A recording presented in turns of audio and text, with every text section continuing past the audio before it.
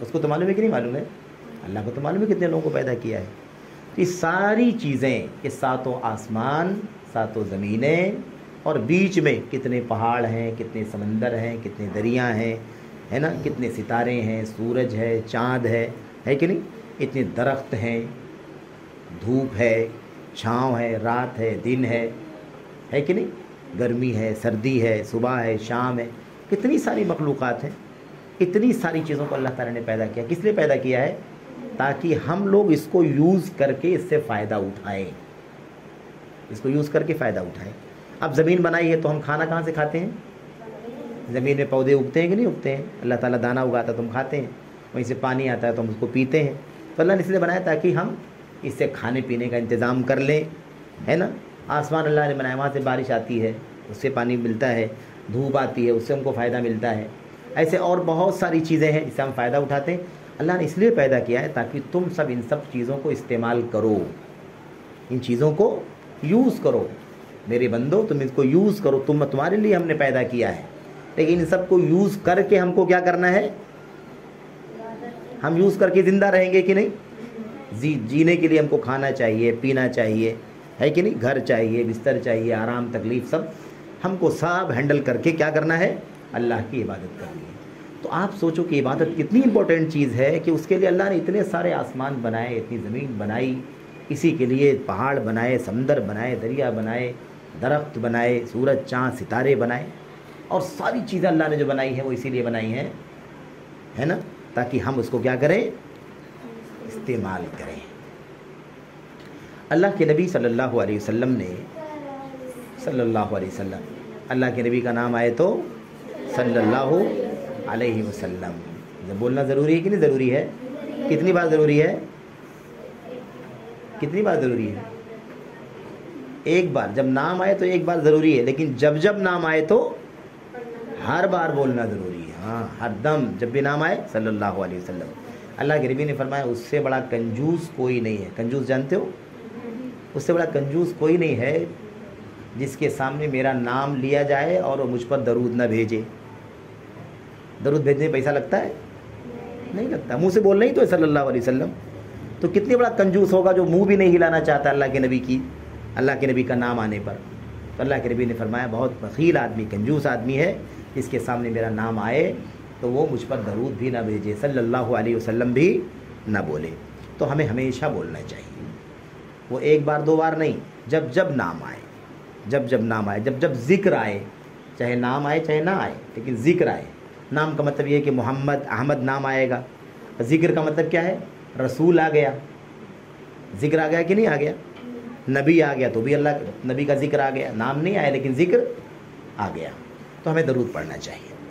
اللہ تعالیٰ قرآن کریم میں فرماتا ہے، کہتا ہے وما خلقت الجن والانس الا لیعبدون. وما خلقت الجن والانس الا لیعبدون.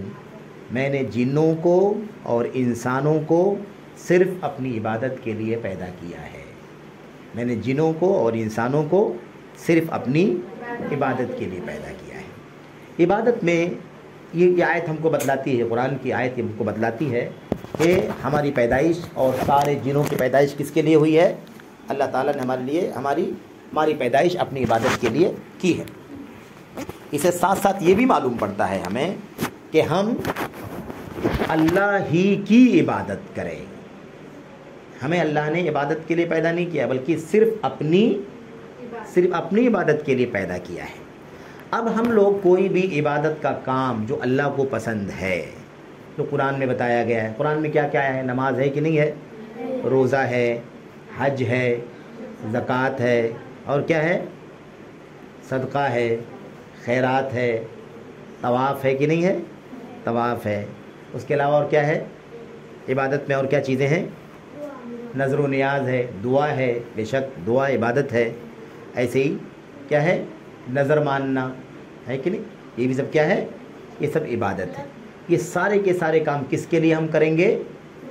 صرف اللہ کے لیے، صرف اور صرف اللہ تعالیٰ، کسی اور کے لیے نہیں کریں گے. کوئی کتنا بھی بڑا ہو، کتنی بھی اونچی شان والا ہو، کتنے بھی اونچے مقام والا ہو، یہ عبادت ہے. اور عبادت کس کا حق ہے؟ صرف اللہ کا حق ہے. کسی اور کے لیے ہم عبادت کا کام نہیں کر سکتے۔ اگر ہم نماز اللہ کے لیے پڑھیں اور کسی اور کے لیے بھی پڑھیں تو کسی اور کے لیے کریں تو کیا ہے؟ شرک ہے۔ شرک کا کیا مطلب؟ عبادت اللہ کے لیے تھی، ہم نے عبادت اللہ کے علاوہ کسی اور کے لیے بھی کیا تو عبادت میں اس کو شریک کر دیا، اس کو پارٹنر بنا دیا، ہے کہ نہیں؟ تو اللہ تعالیٰ نے ہمیں اور آپ کو صرف اپنی عبادت کے لیے پیدا کیا ہے، جنوں کو بھی اللہ تعالیٰ نے صرف اور صرف اپنی عبادت کے لیے پیدا کیا ہے۔ قیامت کے دن جب اللہ کے سامنے حاضر ہوں گے تو اللہ تعالیٰ ہم انسانوں سے اور صحیح جنوں سے حساب لے گا۔ حساب کس کا ہوگا؟ صرف جناتوں کا اور انسانوں کا۔ جانوروں کا ہوگا؟ نہیں ہوگا۔ پرندوں کا ہوگا؟ نہیں ہوگا۔ کیڑے مکوڑوں کا ہوگا؟ نہیں ہوگا۔ کیوں؟ اس لیے کہ اللہ نے فرمایا ہے کہ میں نے صرف جنوں کو اپنی عبادت کے لیے پیدا کیا ہے، صرف انسانوں کو اپنی عبادت کے لیے پیدا کیا ہے۔ تو عبادت کی ذمہ داری اللہ نے کس کو دی ہے؟ جن کو اور انسان کو۔ اللہ نے کہا نہیں، جانوروں کو نہیں کہا کہ تم کو عبادت کرنی پڑے گی، ہے کہ نہیں؟ پرندوں کو نہیں کہا، کیڑے مکوڑوں کو نہیں کہا، ہمیں صرف جناتوں اور انسانوں کو عبادت کرنے کا حکم دیا گیا ہے۔ اس لیے ہمارا کام کیا ہے کہ ہم صرف اور صرف اللہ کی عبادت کریں۔ قیامت کے دن ہمارا حساب ہوگا اور ہمیں جنت ملے گی، جہنم کا فیصلہ ہوگا اسی بیس پر۔ کون سی بیس پر؟ عبادت ہم نے صرف اللہ کے لیے کی ہے، کسی اور کے لیے کی ہے یا نہیں کی ہے۔ اگر ہم نے صرف اللہ کے لیے عبادت کی ہے تو ہمیں اللہ تبارک و تعالیٰ اس کے بدلے میں جنت میں داخل کرے گا۔ اگر ہم نے عبادت نہیں کی ہے تو بھی جہنم، اور ہم نے عبادت کی ہے اور اللہ کی عبادت کے ساتھ کسی اور کو بھی ہم نے شریک کر لیا ہے تو بھی جہنم۔ اگر ہم دنیا میں توبہ کر کے نہیں جائیں گے تو، اگر توبہ کر لیں گے تب تو اللہ تعالیٰ جنت میں داخل کر دے گا، معاف فرما دے گا۔ لیکن اگر ہم توبہ کر کے نہیں جائیں گے، دنیا سے مر جائیں گے بغیر توبہ کیے۔ توبہ جانتے ہو کیا ہے؟ کیا مطلب ہے توبے کا؟ اللہ سے معافی مانگنا۔ اللہ سے معافی مانگنا، جو غلط کام کر چکے ہیں اس سے واپس لوٹ کے صحیح کی طرف آ جانا۔ توبہ کسے کہتے ہیں؟ غلط کام جو کر رہے تھے اس کو چھوڑ کر کے واپس اچھائی کی طرف لوٹ جانا۔ ہم نے اللہ کے علاوہ کی عبادت کر لیا تھا، توبہ کیا ہے؟ ہم لوٹ کر کے آ جائیں اور یہ پکا کر لیں کہ اب اللہ کے سوا کسی کی عبادت نہیں کریں گے، تو اس کو کیا کہتے ہیں؟ توبہ کہتے ہیں۔ اچھا، یہ ہو گئی بات عبادت کی۔ عبادت میں ہم کو ایک بات اور جاننی ہے، اور ہم نے شروع میں سوال کیا تھا کہ عبادت کسے کہتے ہیں۔ بچے نے بتایا تھا عبادت میں ایک چیز کیا ہے؟ دوسروں کی مدد کرنا۔ ہم نے کہا تھا نا شروع میں کہ 4 باتیں کہی بیٹی نے اور ساری باتیں اس کے اندر آ گئی ہیں۔ دوسروں کی مدد کرنا عبادت ہے کہ نہیں ہے؟ کیسے عبادت ہے؟ دوسروں کی مدد ہم کر رہے ہیں نا، تو اللہ تعالیٰ کا کیا ہے اس کے اندر؟ اللہ کے لیے ہم کچھ کر رہے ہیں؟ نہیں کر رہے۔ عبادت کیسے ہو جائے گا؟ وہ عبادت وہ ہو جائے گا ایسے کہ ہم کسی کی مدد اس لیے کرتے ہیں کہ اللہ نے کہا ہے دوسروں کی مدد کرو، دوسروں کی مدد کرو، تو ہم اللہ کے بولنے کے حساب سے دوسروں کی مدد کرتے ہیں۔ تو دوسروں کی مدد تو ہم کر رہے ہیں، لیکن اگر ہم یہ سوچ کے کریں گے کہ ہم اس کی مدد کریں گے، کمزور ہے، غریب ہے، فقیر ہے نا، اس کی مدد کریں گے تو اللہ تعالیٰ مجھے اس کا ثواب دے گا، اللہ تعالیٰ مجھے اس کا ثواب دے گا، ہمیں نیکی ملے گی، اللہ خوش ہوگا، جنت دے گا، تو یہ چیز عبادت بن جائے گی۔ اگر ہم کسی کی مدد یہ سوچ کے کریں کہ اس کی مدد کرو، کل ہم مشکل میں آئیں گے تو یہ ہماری مدد کرے گا۔ بات سمجھ میں آ رہی ہے کہ نہیں آ رہی ہے؟ یہ بھی تو مدد ہے کہ نہیں مدد ہے کہ ہم آپ کی مدد اس لیے کر رہے ہیں کہ کل ہم مشکل میں آئیں گے تو آپ ہماری مدد کریں گے۔ تو اگر ایسا سوچ کے مدد کریں گے تو عبادت نہیں ہوگی۔ کیوں؟ اس لیے کہ ہم نے ثواب کے لیے کام نہیں کیا ہے، ہم نے اپنے فائدے کے لیے کام کیا ہے کہ آج ہم تمہاری مدد کریں گے تو کل تم ہماری بھی مدد کرو گے۔ تو یہ عبادت کی ایک دوسری قسم ہے۔ وہ جو پہلے ساری باتیں ہوئی نا، نماز، روزہ، حج، زکوٰۃ، صدقہ، خیرات، طواف، یہ سب اصل عبادت ہے۔ ایکچول میں کیا ہے؟ یہ عبادت ہے، اصلی عبادت ہے یہ۔ اور وہ جو دوسروں کی مدد کرنے والی چیز ہے نا، وہ اصل میں عبادت نہیں ہے، لیکن اگر ہم وہ کام کر کے اللہ سے ثواب کی نیت کریں گے کہ اللہ ہم کو ثواب دے گا، اللہ ہم کو ثواب دے، تو وہ چیز کیا ہو جائے گی؟ وہ عبادت بن جائے گی۔ آری بات سمجھ میں نا؟ یہ ہے، اسی لیے کہتے ہیں کہ کسی کی مدد بھی کرو تو نیک نیتی کے ساتھ کرو۔ نیت کیا ہونی چاہیے؟ اچھی ہونی چاہیے کہ ہم کو اللہ تعالیٰ ثواب دے گا، بدلہ دے گا۔ اس سے فائدہ نہیں حاصل کرنے کی نیت ہونی چاہیے کہ اس کی مدد کریں گے تو کل ہماری مدد کرے گا، تو یہ تو بدلہ لینے والی بات ہو گئی، ہے کہ نہیں؟ یہ تو اپنا فائدہ حاصل کرنے والی بات ہو گئی۔ اللہ تعالیٰ سے ثواب کی نیت سے اگر ہم کام کریں گے تو اللہ تعالیٰ ہم کو اس کا ثواب دے گا اور اس کو عبادت کہا جائے گا۔ عبادت کی ڈیفینیشن ہم لوگوں نے شروع میں کیا کیا تھا؟ جو بھی بات ہم منہ سے بولیں، جو بھی کام ہم ہاتھ سے کریں، جو بھی چیز ہم دل سے سوچیں اور اللہ تعالیٰ اس سے راضی ہو، اللہ اس سے خوش ہو، اللہ اس سے محبت کرے، پسند کرے اللہ اس کو، تو اس کو کیا کہتے ہیں؟ عبادت کہتے ہیں۔ ہم دوسرے کی مدد کریں گے، مدد کرنا اچھا کام ہے کہ نہیں اچھا کام ہے؟ اچھا کام ہے، اللہ تعالیٰ اس کو پسند کرتا ہے۔ اب ہمیں چاہیے کہ ہم دوسروں کی مدد کریں تو اسی نیت کے ساتھ مدد کریں کہ اللہ تعالیٰ کے پسند کا کام ہے یہ، اور اللہ تعالیٰ ہم کو اس کا ثواب دے گا، تو یہ چیز کیا بن جائے گی؟ عبادت بن جائے گی۔ اللہ تعالیٰ عبادت کرنے والوں کو دنیا میں، اللہ تبارک و تعالیٰ کی جو بندے عبادت کرتے ہیں، نمازیں پڑھتے ہیں، روزے رکھتے ہیں، حج کرتے ہیں، اس کے لیے زکوٰۃ دیتے ہیں، اس کے لیے، اس کو راضی کرنے کے لیے، ایسے بندوں سے اللہ تعالیٰ دنیا میں خوش ہوتا ہے، دنیا میں خوش ہوتا ہے، اور ان کو اس دنیا میں بہت خوشحال زندگی جینے کی توفیق دیتا ہے۔ دنیا میں زندگی کیسے جئیں گے؟ وہ خوشحال زندگی جئیں گے، امن کے ساتھ، سکون کے ساتھ، راحت کے ساتھ۔ اور آخرت میں، یعنی دنیا سے جب انسان موت ہو جائے گی، چلا جائے گا، تو اللہ تعالیٰ اس کو آخرت میں جنت عطا فرمائیں گے۔ جنت ابھی ہے کہ نہیں ہے؟ ہے؟ ابھی کس لیے ہے؟ ابھی تو قیامت آئی نہیں۔ حساب کتاب کب ہوگا؟ مرنے کے بعد حساب و کتاب ہوگا۔ ایک بار سور پھونکا جائے گا، ہماری موت ہو جائے گی، دوبارہ سور پھونکا جائے گا تو ہم زندہ ہوں گے، زندہ ہو کر کے ہم سب کے سب اٹھ کر کے بھاگیں گے محشر میں، میدان قیامت میں ہم آگے جائیں گے، بھاگ کر کے جائیں گے۔ وہاں اللہ تبارک و تعالی ہم سے حساب و کتاب لے گا، ہم سے پوچھے گا ہم نے قرآن بھیجا تھا، اس پر عمل کیا کہ نہیں عمل کیا، ہم نے محمد صلی اللہ علیہ وسلم کو نبی بنا کر کے بھیجا تھا، ان کی باتوں کو مانا کہ نہیں مانا۔ اس کے بعد اللہ تعالیٰ حساب و کتاب لینے کے بعد ہم کو جنت میں داخل فرمائے گا۔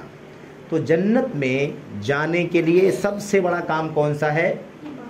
اللہ تعالیٰ کی عبادت، اور صرف اللہ کی عبادت، کسی اور کی عبادت نہیں ہونی چاہیے۔ کسی نے اگر 4 نماز اللہ کے لیے پڑھی اور 1 نماز کسی اور کے لیے پڑھی تو وہ شرک ہے۔ تو 4 کے بدلے میں جنت ملے گی کہ نہیں ملے گی؟ کیوں ایسا نہیں ہو سکتا ہے کہ 4 کے بدلے میں جنت ملے اور 1 کے بدلے میں جہنم میں تھوڑی سزا ملے، تھوڑی جنت ملے؟ ایسا نہیں ہو سکتا ہے، ایسا نہیں ہو سکتا ہے، ایسا نہیں ہو سکتا ہے۔ کیوں؟ اس لیے کہ وہ 5ویں نماز بھی تو اللہ ہی کے لیے پڑھنی ہے ہم کو، تو ہم نے اس کو دوسرے کے لیے پڑھی، تو اللہ کو ہم نے ناراض کر دیا، تو اللہ کو ناراض کر دیا تو اللہ تعالیٰ ہم کو جنت میں داخل کرے گا؟ نہیں کرے گا۔ اس لیے تھوڑا بھی عبادت کا کام کسی اور کے لیے نہیں ہونا چاہیے۔